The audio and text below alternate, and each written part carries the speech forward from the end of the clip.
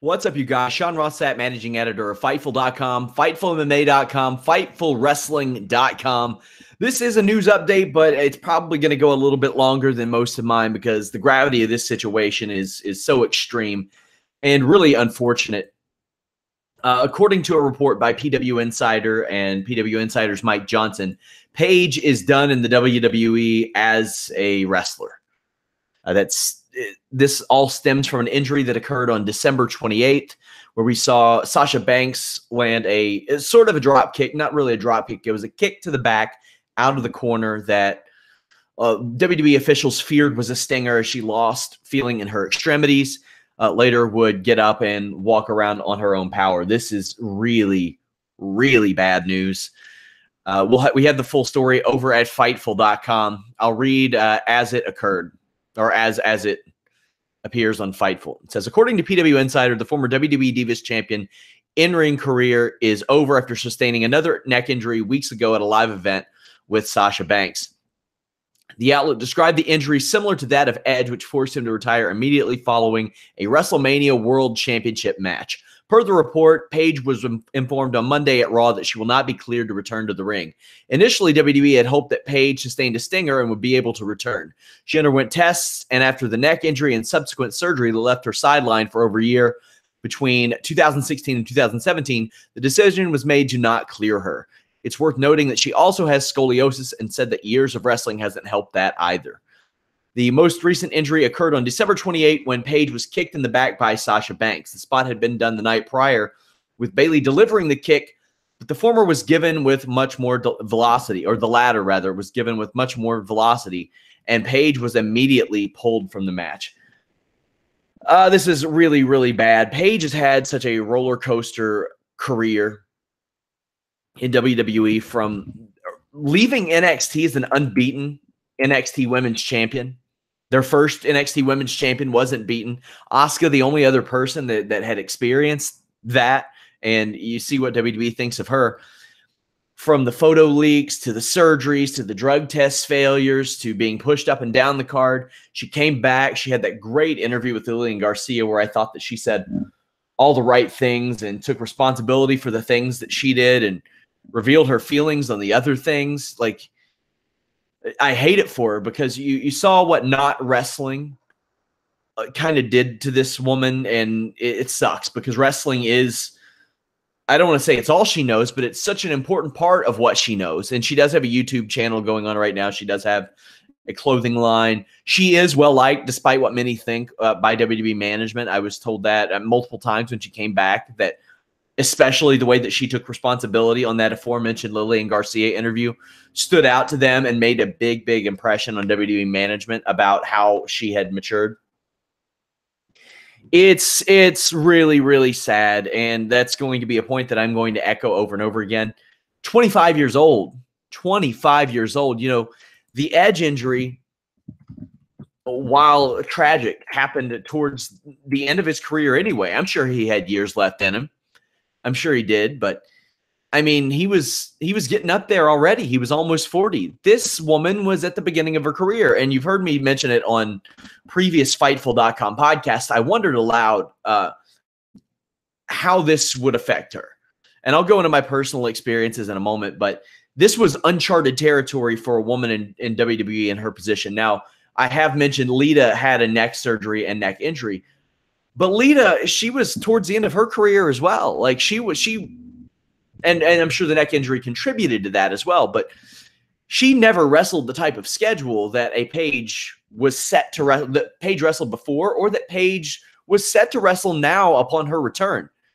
I thought it was curious that WWE would have her come back fresh off of a run and do like a 15-minute match with Sasha Banks on TV, like no like 6-person tags, no triple threats to like kind of ease her into it. It was just right in there. And she said it was very trying, but Sasha Banks took care of her. Now, the bit of irony is that the Sasha Banks kick did hurt her and did end her career. I've had people pop up and tag Sasha Banks in tweets. Don't do that. Come on now. Don't be that person. But asking if I blame Sasha Banks. I don't. Do I agree with how the kick was delivered? No, but it's really hard to judge how a kick's going to land like that. If it were me, I wouldn't be doing that kick to somebody's back anyway. Like, Rey Mysterio doesn't do that kick to people's back anymore. At least he didn't for a while after the Perro Aguayo incident, because it is dangerous. It's very scary. I'll say this, not to make the story about me. I dealt with severe neck injuries in MMA and pro wrestling, and I still go back and train. And anytime the idea of getting kicked in the back is brought up to me, I say no. Now, my neck is not built like a professional wrestler's, but when you take that move, and you'll see it anytime, especially when people hit it off the top rope. Sasha hit it out of the corner. When you get hit in the back, there's no way to brace yourself for that. You can kind of prepare, but you can't see the opponent.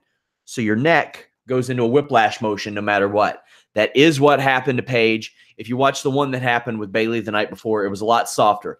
Bayley's weight was back on the turnbuckle. Her feet were below the top turnbuckle. That decreases the velocity significantly. Sasha's, she was leaned up against the top turnbuckle, pushed her feet up and out, and really caused some damage. And I'm sure that Sasha feels bad about it, but I'm not putting blame on that. And people are going to. They're going to say Sasha didn't take care of her opponent. There are a lot more variables in that, guys. I mean, these are women in there, and they're trying to overcome a lot of stigmas still, even though there is this women's revolution. They don't want to softball stuff in there. Sometimes they do. I'm sure Paige knew the spot. It's a really tragic thing that happened. Somebody asks, you all can ask, those of you who are watching live on YouTube. I will put this on our audio feed as well. Somebody says, does she get replaced in Absolution? I don't know, man. I don't know. Is Paige a Hall of Famer? Yeah, she'll go in for something, because she had a good run, but it's just, man, it's tough to see somebody that age. Her doctor was already asking her to not return to the ring. Like, there's so much to this. Like, she came back too early from her first neck surgery and hurt her neck again. Really bummed. Somebody says, is there heat on Sasha Banks? Not that I've heard of. I just found out about this, but I knew that Paige was hurt, and they were kind of hesitant to have her announce that she would be in the Royal Rumble when she might not, and obviously isn't. Any chance they keep her on as a mouthpiece or manager role? Yes. Somebody says, I don't see her as a Hall of Famer. Well, you will see her as a Hall of Famer. She will be a Hall of Famer. Absolutely. Sunny was a Hall of Famer. Sunny was there a couple years, like 3 years. Paige has already been there longer than her and actually wrestled in the ring, and will have a significant run probably after this, either as a commentator, as an interviewer, as an agent, something. She will be involved. I mean, she's been involved with wrestling her entire life, and just man, it wasn't something that I expect. And I mentioned this on the Samoa Joe injury update earlier. That Raw roster is ravaged right now. It's bad. Like, you got Big Cass out, you've got Dean Ambrose out, you've got Samoa Joe out, Paige out for maybe forever, R-Truth on the lower end of the spectrum, Jeff Hardy, Big Show, and on 205 Live, you got Enzo Amore getting hurt all the time, Brian Kendrick, Noam Dar, TJP just came back. So, yeah, and you got Maurice on maternity leave too. So that's rough. I really encourage you guys, if you take anything away from this, a couple things. One, if you get into pro wrestling, protect your neck. That is rough. And two, don't harass Sasha Banks about this. I'm sure the woman feels terrible about it. I'm sure she's talked to Paige about it. I'm sure that I'm sure that it's went through her head plenty. And by all indications, is Sasha Banks like a malicious woman in the ring? No. I mean, you never hear about her intentionally hurting people, and if you did, it would be out there by now. It's just a tough move to take. There's no way to brace yourself for it. I don't think people should be doing it. The risk versus reward in that situation just isn't worth it. Like, a kick to the back, nobody's going to buy it as a finish. And it could possibly lead to an internal decapitation, like in the unfortunate situation that occurred with Perro Aguayo Jr. And we have not seen a rash of severe neck injuries like this over the past few years since really the early to mid 2000s. And that's when here's the thing, like the in-ring style back then in the early 2000s was a lot more extreme. You saw Edge, Lita, Benoit, Rhino, people like that have to get neck injury or get neck surgery. Kurt Angle dealt with neck injuries. And now the last couple of years, that in-ring style has picked back up. And man, I don't want the in-ring style to go away. I like the faster paced stuff. I like it's just a more modern, current, and modern day realistic way of telling a story, because that's just what people like, and what by and large what people like these days. And nowadays you see the Perro Aguayo tragedy, you see Tyson Kidd having his career ended, you see Paige having her career ended. It also makes you wonder, like, had some of those injuries, had the Benoit, had the Edge, Rhino, Kurt Angle neck injuries happened the way they did back then, but they happen today, would those guys be cleared? They won't clear Daniel Bryan now. And Triple H went on record and said, we can't make a medical exception for Daniel Bryan. Well, they do for several other people. They have for Tommy Dreamer and Bubba Ray Dudley and Devon, these guys who have had chairs crack over their skulls. Who knows how many concussions? This is purely speculative, but a guy like The Undertaker has had. When it pertains to neck injuries, it's always tough to tell what people are hiding, because when I dealt with mine, like I couldn't feel my pinky and ring finger for a very, very long time. I didn't tell anybody. My right side started to get smaller. Like Paul Orndorff dealt with stuff like that, where his side started to atrophy and stuff. And with Paige and Edge and these people, like, it gets worse than that. It gets worse than atrophy. It gets worse than not being able to feel your fingers. It gets to the point to where if you take a bump wrong on your neck, you might not be able to walk. Edge also had like stenosis. Now, he was way, way, way deep in his career. Maybe shouldn't have been wrestling at that age, but tragic. Tragic.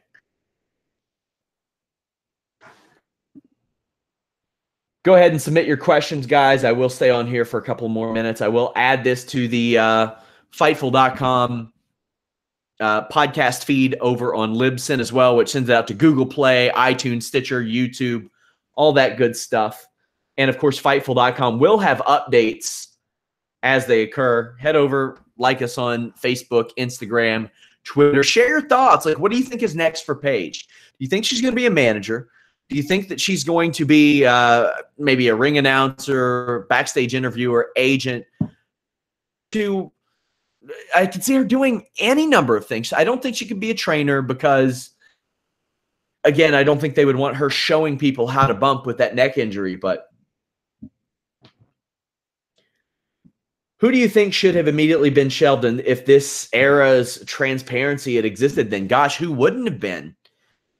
There were like Brock Lesnar and Kurt Angle wouldn't have been wrestling for a long time after that WrestleMania 19 match.